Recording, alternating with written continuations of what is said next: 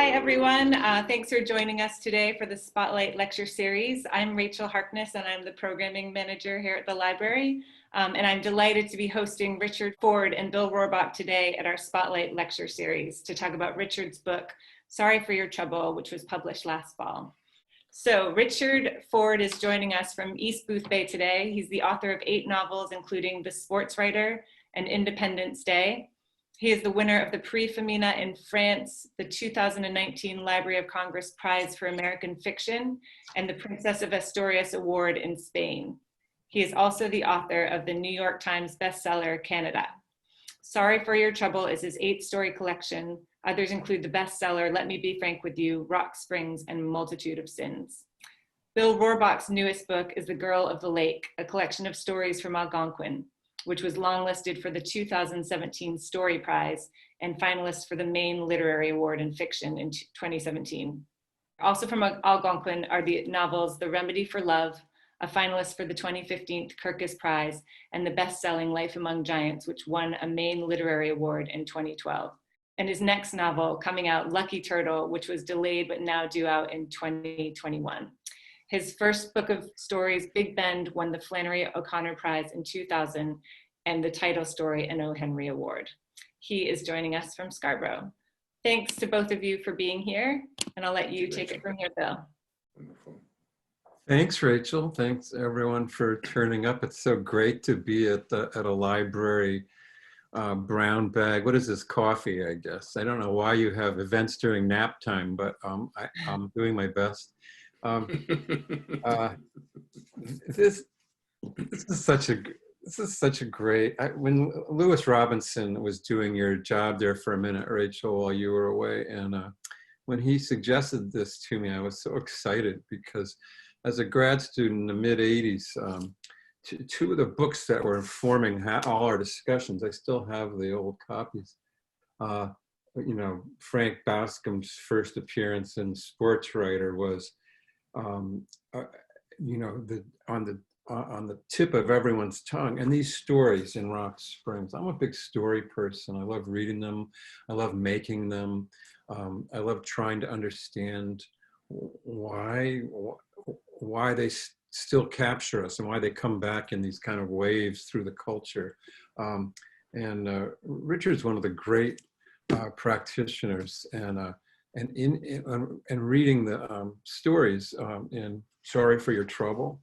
I didn't realize it was 8 collections of stories. I think I missed one. I got to go find the. I think there aren't that many, unless I was asleep for a couple of them. I think there's only, there may be 4 or 5. I don't Okay, so that, but I think only 4 or 5. Well, that's still a great gift to us readers. So this is the new one, Sorry for Your Trouble, which I love the title, and you know, I love it a lot, and I love it more every story. It made more and more sense, and yet it wasn't attached to any one story. It wasn't the title of any of the stories. So I thought I'd start asking. I mean, getting a title for a book's always an interesting proposition, but what you know, normally, I mean, nothing's normal, but usually I open the table of contents, I find either the shortest story or the title story, and I read that first, you know. So these are all long stories, and there was no title story, so I was just at a loss. So I didn't get started for months trying to figure out what the hell you were doing. No, I'm just I guess it was a very good idea. So I think it's a great idea. So just tell me the title just for a minute, and then we can. Sure. Well, I as different from Rock Springs, after I wrote Rock Springs, I really decided I wanted to write books of short stories that were unified in some way. And that I would find a title which was distinct from the whole book, and yet included the whole book. Yeah. So that for me, and you know, and this is not for anybody else necessarily, to name the collection after one story sort of pointed a finger at that story, which basically said, well, this sucker better be good because it's holding out the rest of the book. So I thought, well, I'll just try to find a way to make the book be unified, not as if it were a novel, but as if it were a book of unified stories. And I find that when I do that, the stories become actually little soldiers that they are. They become a little more unified when I have a kind of working premise such as that title. That title was not the original title for the book. The original title was Irish Channel, and which is complex in a way because the Irish Channel is a part of New Orleans where I'm sort of nominally from, and it's where a lot of Irish people came in early in this century, late last century, well, early 20th century, late 19th century. But nobody at HarperCollins could figure out what Irish Channel meant. That's right. So there was, as they say in the publishing world, there was pushback from marketing. And normally I push back really hard when marketing pushes back. But in this instance, I thought, well, if I'm pushing back this early on in the process, that means that they're not going to support this book. And I had an alternate title anyway. I always have a couple of alternate titles. And this title came from Frank McCourt, from Angela's Ashes, which is a book, if you haven't read it, I hope you will, a wonderful book, although a sad book. People are constantly dying in Angela's Ashes, or they're getting terribly ill. And when people come to pay visits to the dead family or to the sick person, the sort of common, ordinary, conventional reply is, sorry for your trouble, sorry for your trouble, sorry for your trouble. Yeah. But I got it from Frank, really. That was another of the iconic books of my time at, as I was getting started as a writer, It's a great book, and it won the Pulitzer Prize, and it was. I've been in Limerick a lot, and people in Limerick don't like that book because it's from the it's from the 50s and from a time when Limerick was impoverished, and Frank grew up in impoverishment, and so it tells a very true story of what it was like to be poor and of a busted up family and the poor part of Limerick, and so he took a lot of grief, but unfortunately by then he was laughing all the way to the bank. Yeah, I'll say. Well, it's a very funny book, despite all the horror. Yeah. Like the kids burning the furniture in their apartment to stay warm through the winter while their doll was out someplace. I love, and several of these stories take place partly in Ireland or mention Ireland or have Irish citizens in them or Irish accents that appear out of nowhere. It's just, I can see where that would confuse. If it was called Irish Channel, I didn't know about the New Orleans connection. Yes. There would be a confusion for me as a reader there. Whereas Sorry for Your Trouble, I didn't need to know about Frank McCourt. Yes, right. I get that. For every story, I found the place that made sense. Yeah, it's a conventional line of condolence in Ireland. It is in Scotland too. Sorry for your trouble, everyone. So I'm reading. I was enjoying. Okay, the Irish part. There's a lot. There's some in New Orleans. There's quite a bit in Maine, which I love. Yes. It's out west, of course. There's all your places. Yeah. Most of these stories, they're all rooted in place, but they're all rooted in multiple places. Yes. People come from somewhere and now they're somewhere else, or they're about to go somewhere, or they're visiting somewhere. And the places, each one is more important and real than the next in the story. That's like the stories couldn't take place in any other four places. It's quite. So, but of course, you and I know that they could.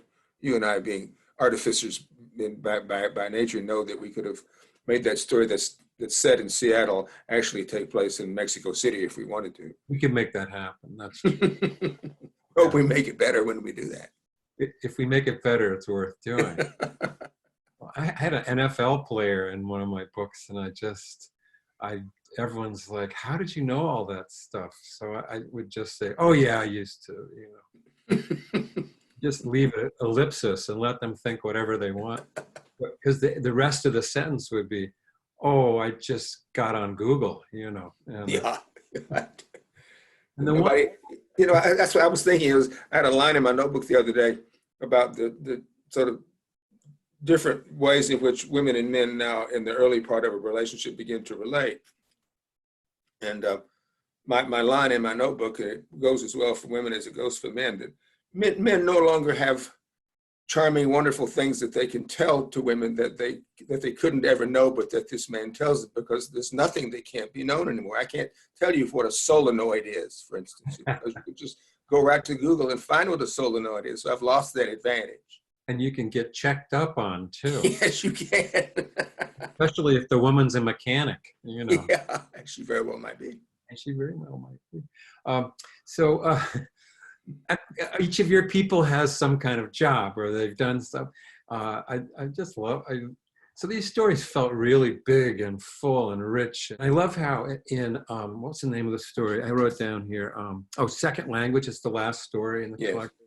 One of my favorites. They're all my favorite, but that's one that just gripped me throughout. And I found that as I started the book, I was having trouble getting the stories wouldn't admit me easily, because I would arrive from Twitter, or I'd arrive from my busy day, and the stories asked me to slow down, Yes. read this. So by the third story, and I don't read them all at once either, but it's like a consciousness starts to be, you start to give me a consciousness that helps me understand. So I went back after I got the third story, woke me up to your pages and to my inattention.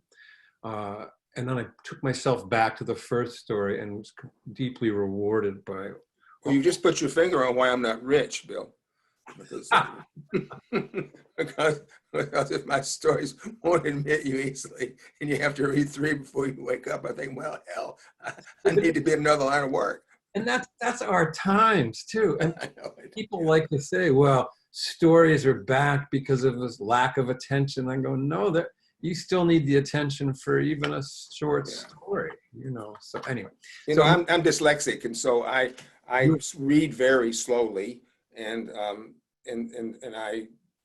I like reading very slowly, and I think I become heir to all sorts of qualities in language that I wouldn't be heir to if I read more quickly.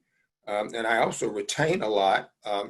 So I suppose I write stories for somebody who is willing to read, and not just for myself at all, but for a reader. Someone who's willing to read the way I have to read, which is to say that how many syllables a word has matters to me. Whether it starts with a fricative or a glottal matters to me, and all of those kinds of things. But it is, however, a recipe for poverty. It's a blessed poverty, as Rick McCourt would say. And by the time I got to the last, second language, my focus was complete. So that may have been part of why I love that story as above all of them. But I think it also, and I love them all, but I got to keep saying that. But he's reading the guy in it, Jonathan. There's a couple, Jonathan and Charlotte, and they've gotten together after the sudden death of his wife. More about sudden deaths in a minute, but he's reading Portrait of a Lady. Yes. So I'm reading along, and I'm like enjoying thinking about him reading Portrait of a Lady, in which he talks, he thinks about briefly, and the stories are pretty interior. I like the way you go from her interior to his interior without there's no fireworks to do that. It just works. But I just love this. She's deciding to leave him, and it's super interior. And she's like, marriage would change her, and that she didn't want. They've been married for 1.5 years or something. A very sudden marriage. Jonathan was only 53. He would find someone to be deep with, or not. And in that way, as the lighthouse on Owl's Head rose below them, and the whitely shimmering sea with tiny sails upon it stretched eastward, when there were green islands and what seemed to be a mountain, in that way, the matter of her marriage to Jonathan Bell was decided. And I was like, that's so Henry James. The other thing that was so Henry James is that the moment that got that going was they're sitting at dinner and he hears her sigh. That's all. It's just a sigh. That's all it was. And that's another Henry James moment, like that moment where one of his characters sees her partner with a new lover and just knows by the tilt of their heads that they're lovers, you know. But anyway, I just thought the sigh told him everything he needed to know. And they. But you know, it's one of the things that you get to do when you write fiction of the sort that you do and the sort that I do. We get to imagine what causes what. I mean, in perfect truth, the tilt of a person's head does not actually tell you anything, but except if I say it does. And then if I say it does, and I put that saying into the intelligence of a character, then I can say that that tilt of the head made him believe something that he didn't know before. But that connection is one of the exciting things about literary fiction and what makes literary fiction interesting, which is to say, all of the foregone things that we know, all of the conventional things that we know are kind of set aside to a certain extent in behalf of what the writer can imagine to be true about what causes what. And, you know, when you mentioned a few minutes ago about sudden deaths, which there are a few in this book. Every single one of them is fabulous. Yeah, but I've had a lot of sudden deaths in my life, and I was always, particularly when my father died, I was very aware that I didn't feel like I was acting the way I should be acting after my father died. I didn't think I was sad enough. I didn't think I was bereft enough. I didn't think I was, I don't know, torn up enough. And what I came to realize was that after my father died was that I was sad that he died, but because he died, he also freed me to do a bunch of things that I wasn't going to be able to do otherwise. And so I'm suspicious of conventional notions of grief, for instance, or I'm suspicious of conventional notions of happiness or of love or of penury or of anything. And so for me, those are big opportunities to assign new sets of consequences to human behavior and emotions that we think we know the consequences of. You have a character named Happy, who's the most unhappy person ever. She's fantastic, and that's a sudden death where they're sitting he's having a martini, and she just realized he's gone. She's fixing dinner, and he's sitting at the desk and sitting at the table and chattering away, and he grows silent for a while, and then she realizes, oh, well, he's dead. He's dead. Yeah. Right. It's not that it's funny. It's not meant to be funny, really. Well, it is kind of funny. Well, I didn't laugh reading it, but I guess that's like life, too. You laugh, read. Right. Richard, Zoom just froze you, and I feared that you had died right in front of us. So. That's right, sudden death. Well, I see you're laughing now, so. Well, see, that worked. You're still here. Well, I thought the sudden death, what they did, the function of the story is it leaves room for a story. It's like that moment the story gets going is for each. And then what happened? You want to know. Someone dies, you want to know, then what happened? Then what happened? And right. It's not what you would expect would happen in any cases. I used to have a teacher when I was in graduate school, James B. Hall, nice man. He believed, and tried to make us believe, that short stories weren't large enough intellectually, emotionally to contain a death, that only novels were large enough to contain a death, he thought. And because he thought that the importance of a death is somehow consequent to or commensurate with the importance of the person's life who has died. And that short stories were ill-equipped to give you the whole range of a person's life who would have died in a story, that only novels can do that.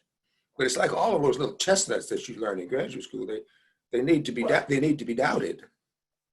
Right, and then when he assigned the illness of Ivan Illich or what? I was going to say there. Yeah. How did you get around that? I mean, as soon as you pronounce one of those large dictums like that, you should feel a breeze coming from some window that's been cracked in your house. It's so true. But then teaching, I hear myself saying stuff that, and I'll say some chestnut and then go, okay, but that's not true. You know, Yeah, it's not true, right? this is wrong. A guy told me that, you know. Right.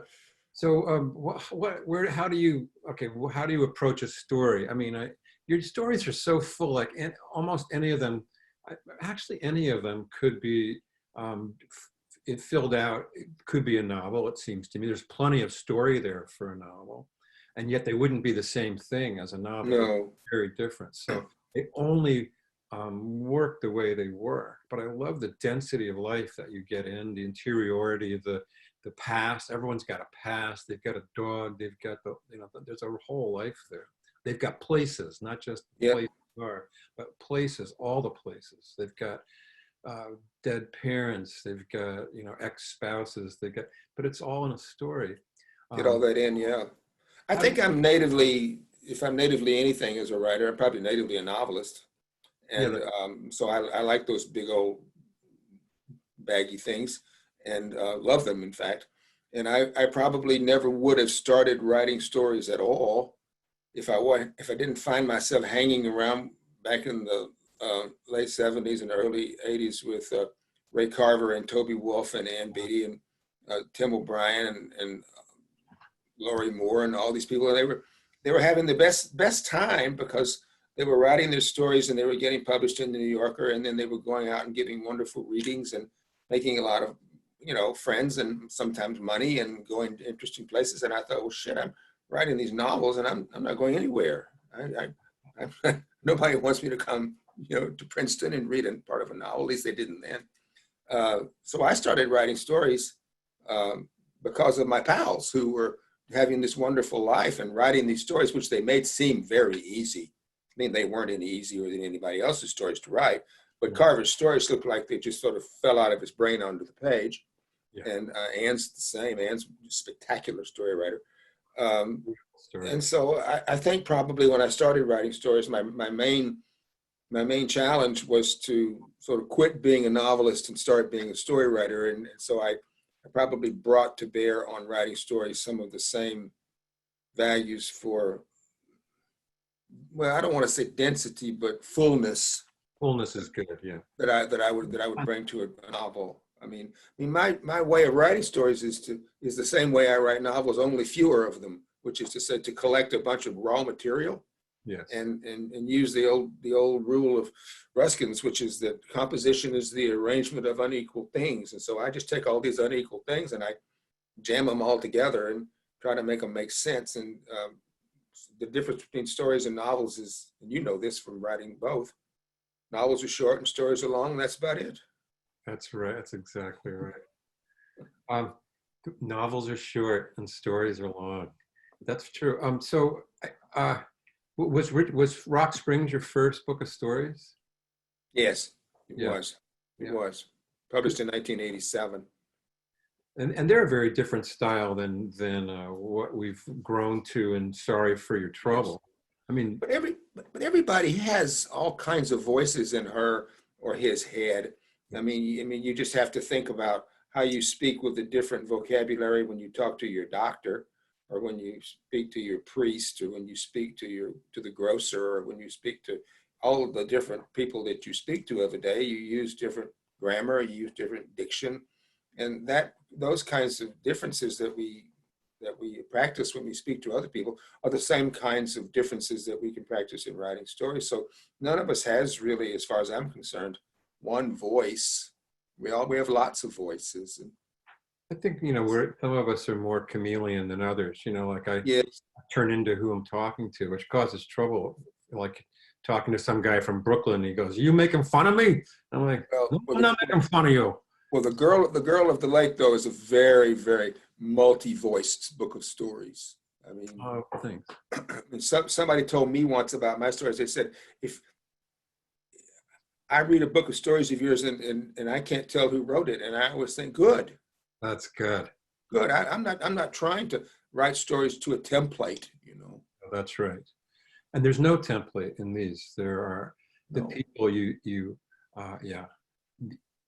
I feel like I know I'm in a Richard Ford story throughout, in a way, but only because of the great attention to those fricatives that you were talking about, Yeah, and et cetera. foolish fricatives. So how do you get started with a story? I mean, are you a note taker, a place? Start with Yeah. place, start with a person, start with where do you You know, start? I think I start with, I hope this will be an encouragement. It's not that I don't know the answer to that question. It's just that the answer to that question isn't one thing.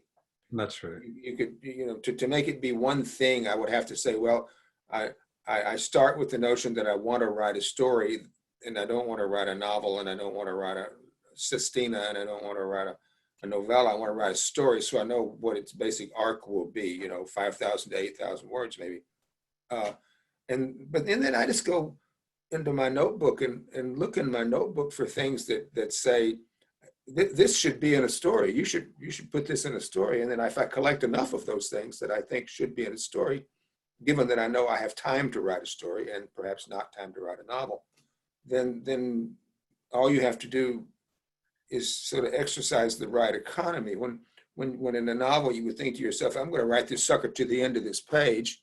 You think to yourself, well, I'm not going to write this sucker to the end of this page. I'm going to make this paragraph a little tauter, a little more concise. It's not going to have as many words in it, so its point will have to be made somewhat more economically. And Yeah. so, but it does start with the presumption that it's going to be this and not that. That's right. Do you have any doubt? It's never like this could be a novel or this could be a story. It's always Never had that experience. Never. Had the experience of a story becoming a novel. When I wrote Wildlife, I had the notion that it shouldn't be too long because I just felt that's all I had the chops for, and so it became a short novel of about 150 pages, which I happen to think that the great American novel is the great American short novel. Right? That's my belief. But so I was trying to write a novel like So Long, See You Tomorrow, which is one of the great short novels in American literature. So Lewis's students just went, oh, good. Short novels, the great American novel. So it gets them off the hook. Gets them off. I haven't been able to perfect that, by the way. I've only written one that's really short. No, I can't do it. I write long stories, and I made a project of trying to make really short ones recently. That was interesting. It was like, trying to write poems. Somehow it's not natural to me. Did you like the stories that you wrote when you wrote the short ones? Several of them, and then several not so much. I couldn't do it. And then the reason that the ones I didn't like didn't work very well is because I'd start pushing into the big consciousness. Right. That's not interesting if you're about to shut it off, Right. I've never liked sudden stories. There was about 20 years ago was sort of an enthusiasm in the small magazine world for sudden stories. I would read them and I would think, huh? Why is that anything? It's still happening, right? Tell me more. I mean, I think that one of the great things about long stories is the amount of language that they treat you to. I mean, you're not writing a story so you can get out of it. That's right. You're writing and you're reading a story actually so you can stay in it. And in order to get somebody to stay in a story, you want to make it felicitous and you want to make it full of interesting language. You want to make it about important things and keep you in, not be constantly saying, where can I get out of here? Where's the door? And with sudden stories, I thought they were basically trying to get me out before I even got in. Yeah. And I think that's a function in some ways of the teaching culture, because even for me as a teacher, it was a lot easier to get a 4-page story than to have to read a 75-page story. So it's a blessing. I kind of encouraged it. And I think now they've got whole journals of 6-word stories and stuff. Yeah. Good. I won't be reading those journals. Good. And it probably won't be my favorite, but maybe we're just old farts, but that's our prerogative. No, not maybe, I am. No, not maybe. Yeah. Okay. We'll stop right there. And then Okay, how about Memoir? How different was that for you? I bought this some time ago, and I just pulled it out because I realized I had it and hadn't gotten it. So it get that recognizable Richard Ford, the beautiful care of the sentences, the music of them, but there's something quite different about uh, the feel of it. There's a warmth that just because it doesn't have to go past. I mean, because the voice and the character are the same, I guess. It's a great title too. Between them, meaning between them, because they Right. had like real tight, like Vonnegut calls a cuirass, right? That tight Yeah. relationship that the kid's trying to insert himself into, but also Right. the child between the parents, Right. child. Anyway, I just wanted to point this out to people who might not realize that you have this beautiful memoir. It's just Well, it's a memoir of my parents, who I loved intensely, and intense. who loved me intensely. And what you said about it, that it's warm in a way. That warmth, I think, is attuned to how I felt about them.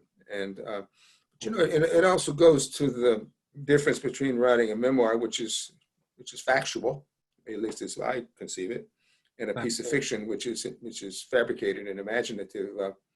Whenever in a sentence in a memoir, you come to a moment when you're going to write a clause, and that we're always asked to do that because you come to the end of your sentence and you have a clause to write. And in a piece of fiction, you can write anything that you feel is apposite. But in a memoir, you have to write something and then ask yourself when you write it, yes, but is that true? Not just is it effective? Not just is it, not does it make my hair stand on the back of my neck? No, it has to be the truth. It has to be factual. And I think that as regards my parents, when I came to that moment to write that clause, whatever it was, I loved them. And so what I wrote had to be attuned to the fact that I loved them and that they loved me. And that was always the real reason for writing the two essays to begin with. Yeah, with all their complications and Yeah. all the And they reality. weren't that complicated, frankly. My parents, my parents were regular human beings who have complicated inner lives, as do we all. But in the main, they were people who didn't have irony, who didn't have sarcasm, who didn't talk in double entendres, who simply, when they said something, that's what they thought they meant. So made growing up to be actually very nice. Everybody was sincere, even if they were sincerely angry at you, which in my case was quite often because I was a bad boy. So Despite being loved. despite being loved, that's exactly right. I like that thought, and that's the thought that is the engine of the book in a way. Yes. Well, that's like Charlotte in second language. The last story of Sorry for Your Trouble is insists on not being complicated and not being part of a complicated marriage. And her new quick husband insists on going deep, and but they just they like being together. They don't cause any trouble for each other. But there's just that day when it's over. I love that. But Charlotte has an inner life. She just doesn't have the inner life that he wants her to have. I mean, she has her complications, but they're just not complications she wants to bring to the core of their marriage. I mean,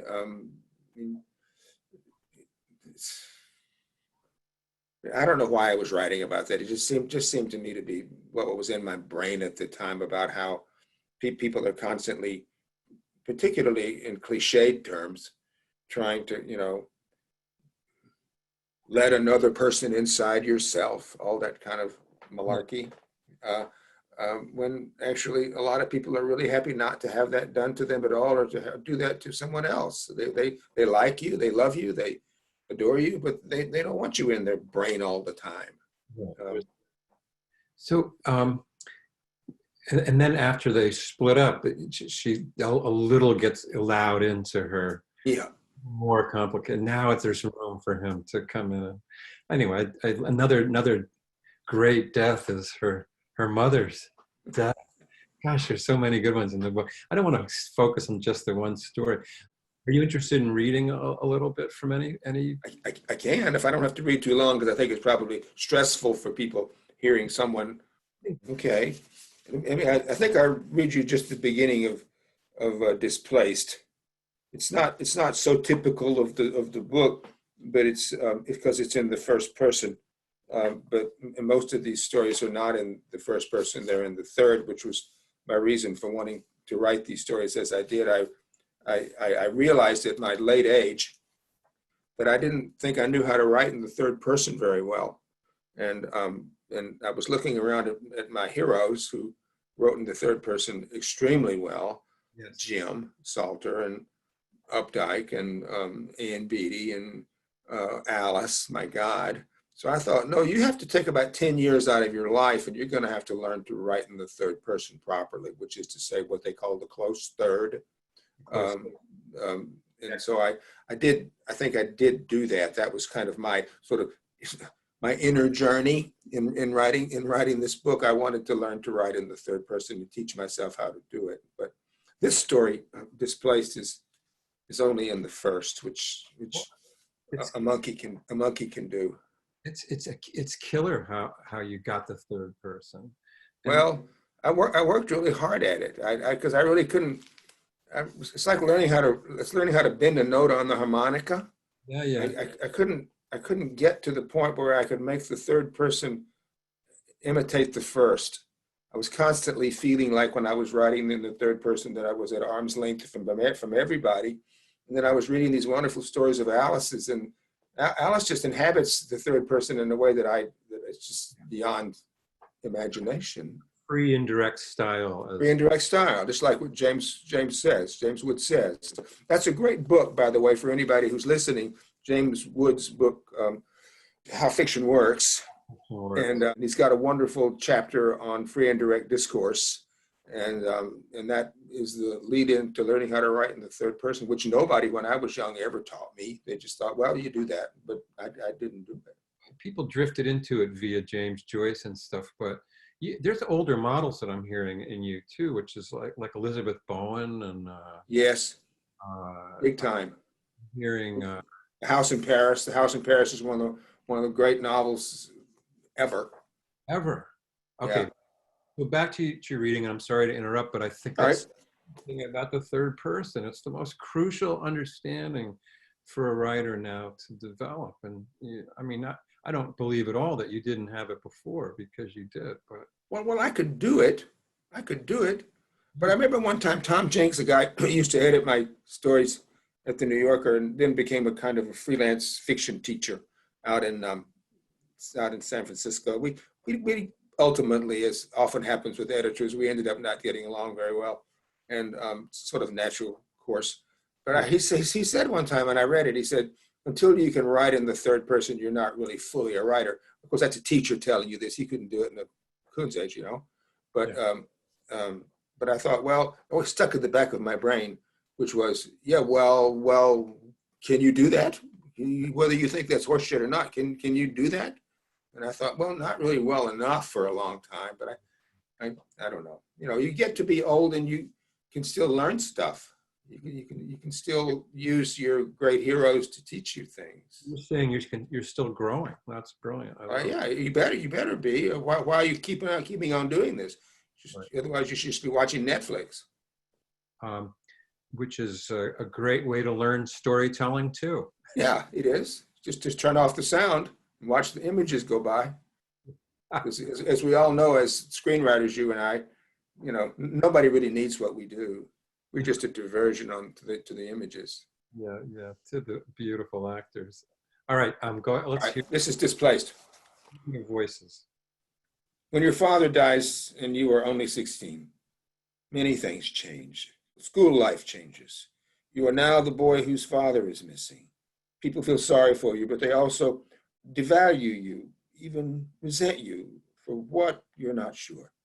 The air around you is different. Once that air contained you fully, but now an opening's cut. which feels frightening, yet not so frightening. And there is your mother and her loss to fill, at least to step into while you manage those very sensations, fear and others, opportunity.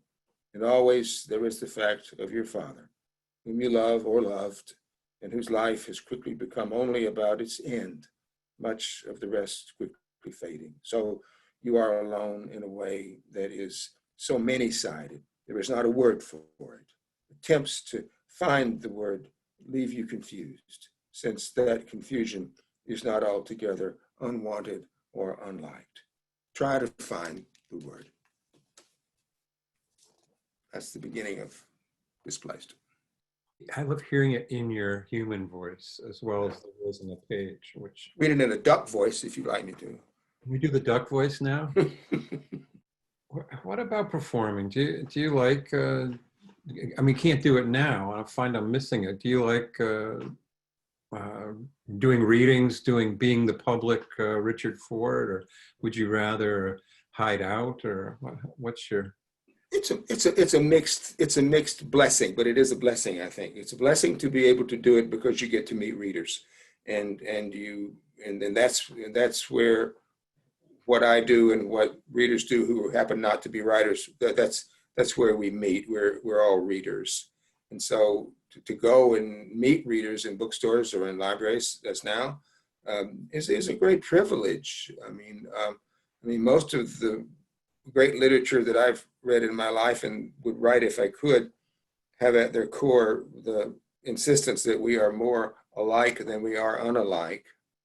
And so to meet readers who are not like me, and I've never spent a lot of time living where I grew up after I was 18. So I'm constantly in the presence of people and cultures and societies that I think nominally aren't like me. And yet I can still write things using my imagination that make me feel that I'm part of what they're about, and maybe even make them feel the same. So I like that. I like that aspect of it. The part that is a little bit unpleasing is that I can probably, because I'm a pretty good reader, I can probably make a story that's not very good sound better than it is. So and that's kind of in a way irresistible when you're on a stage and people are quiet and they're listening. What you want to say to yourself is, well, I want to make this story really ring, you know. Well, hell, it better ring when somebody's reading it silently and lying in bed at night, whether it got me to read it to them or not. You want it to be a different thing, not the only thing, right? Yeah, it is different, and there's something about that difference that makes it seem feel slightly queasy about it, because I know I won't, you know, it's another thing. I remember Bharati Mukherjee's husband one time said in my hearing, Clark Blade. Yes, Clark said, well, you want to hear Richard read this story because it'll never seem as good to you again. I've never forgotten that. I've never Kind of mean, Clark. That was kind of mean, yeah. Yeah. What the heck? I like those kind of honest, probably said with a smile, but then you carry it forward for years. It's like, obviously I do. I wear it on my shoulder like a chevron. This is why I don't want to read. About a Zoom world. I mean, you're teaching, right? Yeah, I'm teaching at Columbia. I just have been for quite a while. Yeah, your old alma mater. I am of the MFA program. I think you came as a special guest when I was there. Yes, I did. I remembered something. You did indeed, and you talked about a writer named, I just mentioned her, Elizabeth Bowen. Yes. So my story, Princesa, is based on Contessa by Elizabeth Bowen. It's like an homage. Only reverse the genders. I put the woman in power instead of the tennis playing boys. And that it's such a great story too, because at the end of that story, the girl just goes off with another guy, and the Hollywood girl, the movie, no, she wasn't Hollywood, she was Spanish, but this guy has thought so much that he loved her, and so much that she was taking an interest in him, and that there was going to be a future for them, and then suddenly that just kind of just goes away. It was quite wonderful. because he posts it up too. But right. So I just realized that was directly from just this moment. That's nothing that is a quick mention of a writer. So I followed up on it, or read her, and thought about it for many years, and then somehow a story. I just realized that talking to you right now, that it was Yeah. you said that we should read Elizabeth Bowen. So. Oh yeah.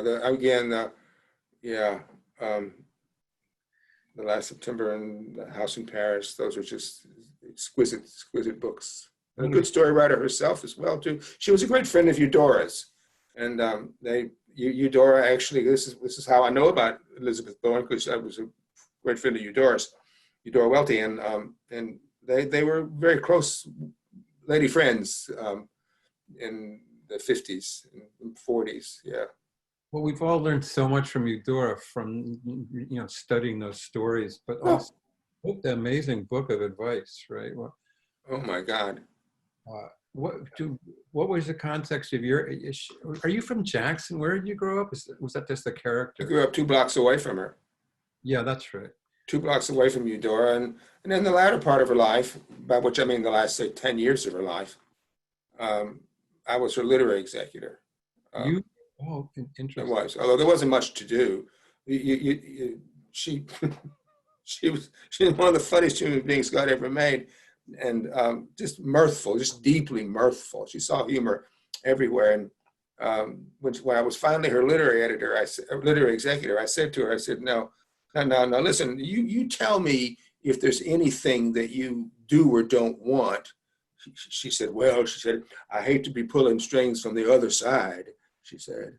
She said, but I said, well, tell me though, Eudora. I said, tell me if there's something that, anything. She said, I don't want there to be a biography of me. She said, of all the things I don't want a biography to be written about me. I said, well, all right. I said, I'll see that there isn't one. And about 2 weeks later, a woman called me up and she said, Eudora has just commissioned me to write her biography, and I'd like to interview you. And I thought, well, Jesus Christ.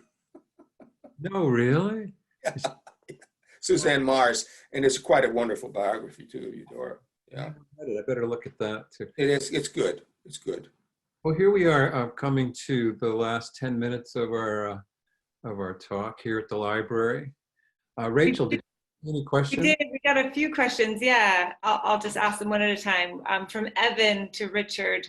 I've heard you were a student of the great novelist of the American West, Oakley Hall. What did his teaching and work mean to you as a young writer? Has he been an influence? He was a great influence on me. Oakley Hall from San Diego and from Berkeley. And he was really my first writing teacher, and was a great novelist in the sort of Wallace Stegner vein of the American West. He wrote also mysteries. He tried his best. I think he failed. If you read it in my books, you will see that he failed. He tried his best to make me a plot-oriented writer, because he was very much a guy who liked plots. And I tried, and to the extent that my novels hold together at all, structurally, plottedly, is probably because of Oakley, who was a lovely, dear, decent man. I think the thing he taught me most, and I think he probably taught everybody who was his student, he taught me how to behave. He taught me how to not envy other writers. He taught me to be happy when people do well, even if I'm not doing well at the time. He taught me a certain kind of ferocity, which he had. Absolutely, he had. He taught me how to respect my colleagues, even if sometimes I've not always done as well as I should. But I've tried, and I see it as a virtue. It's a virtue. Thank you, Evan. And here's another one from Laura, who is from Booth Bay as well, but now lives in Massachusetts. Thanks, Bill and Richard, she says. Richard, do you spend time at Ocean Point? And does the particular landscape of the Booth Bay Peninsula affect your story building? Well, I do spend time at Ocean Point because I go down there and walk with my wife a lot. And I also ride my bicycle from here down there because there's a lot of wonderful hills to go over. I like to ride up and down hills. But I don't go places, Laura, because of how they will inspire me. I think I have to sort of like Emerson says, I have to bring my giant with me wherever I go. I have to sort of bring my own inspiration with me. So I love living in Booth Bay. My wife and I thought about selling our house this year and decided we're going to go out of here feet first now. And so it affords me, and has always afforded me, a wonderful place to work, a wonderful place to write, to be quiet, to be alone if I need to be. And for the same for Christina. She writes books as well about city planning. And so it's been a spectacular place for us to live, and so spectacular that our habit, which is at a certain point to get itchy and move, has been finally cured, I believe. We miss you, Laura. Come back. All right, just a couple more, I think. This one's from Carl. He says, could Richard talk some more about the Ruskin quote, "Composition is the arrangement of unequal things"? Well, that comes from modern painters, from Ruskin's book about painting. And all it means is that when you compose something, which is to say, when you make something be an integrated whole, that for Ruskin at least, and it might not be true for you, Carl, but it is true for me. It is the putting together of things that have not been put together before, and where the, so to say, creative writing part comes in is where I can write these ligatures. I can write these logics in language, which cause one thing to then seem to be related to or a part of another thing. And the beauty of it is that this, I don't think, extends completely out to the end of logic. There's a degree to which the more disparate things are, once you join them, the more torque they have, the more torque your joining intelligence makes. And so I'm always looking for things that don't fit together, which I can then write a sentence which makes fit together. And the more different they are, the more power, I believe, resides in the joining. I love that. I love thinking about what visual artists have to tell us as writers. Yes, Ruskin's particularly wonderful. I got to read that again. That's been a long time. Anything else, Rachel? Yeah, I had a couple more. So this one is from Steve Richard. Have you ever thought about writing a novel on Frank Baskin pre-sports writer time? A prequel. A prequel. Well, yes, I have, as a matter of fact, thought about it. And then I thought I couldn't do it. The spheres speak to you in a way. I'm writing a Frank Baskin novel now. You are? I'm 270 pages into it. And that seemed to be, there. And Bill will understand this. Will understand this very well. I mean, just because you can think of something really interesting to write doesn't mean you can write it.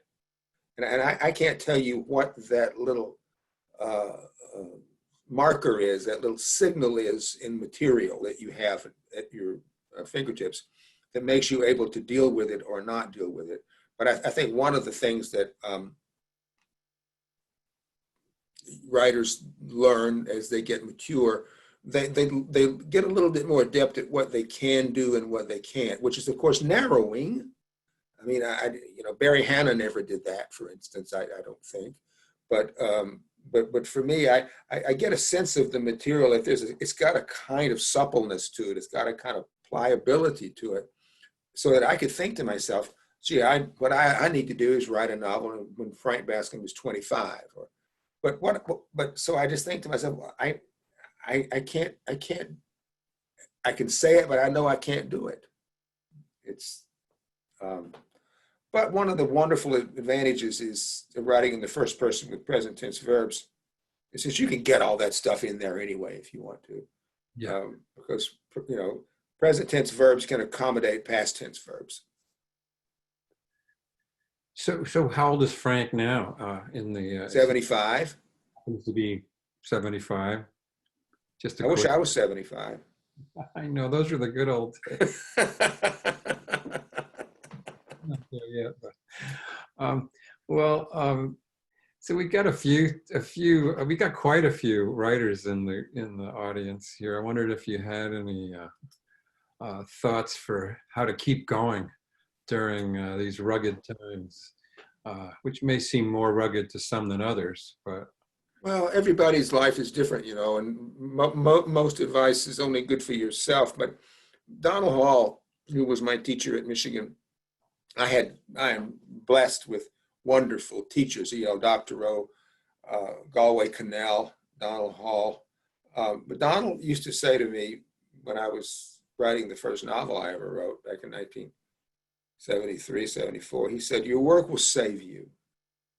And what he meant by that was not just get your work done, but go to your work, go to your room, go to your table, and because that's what's waiting for you there is yours. What's waiting for you there is what you deem to be important, and is in a way, although it may be defective, it may not be perfect, it's in a way unimpeachable, and it's yours.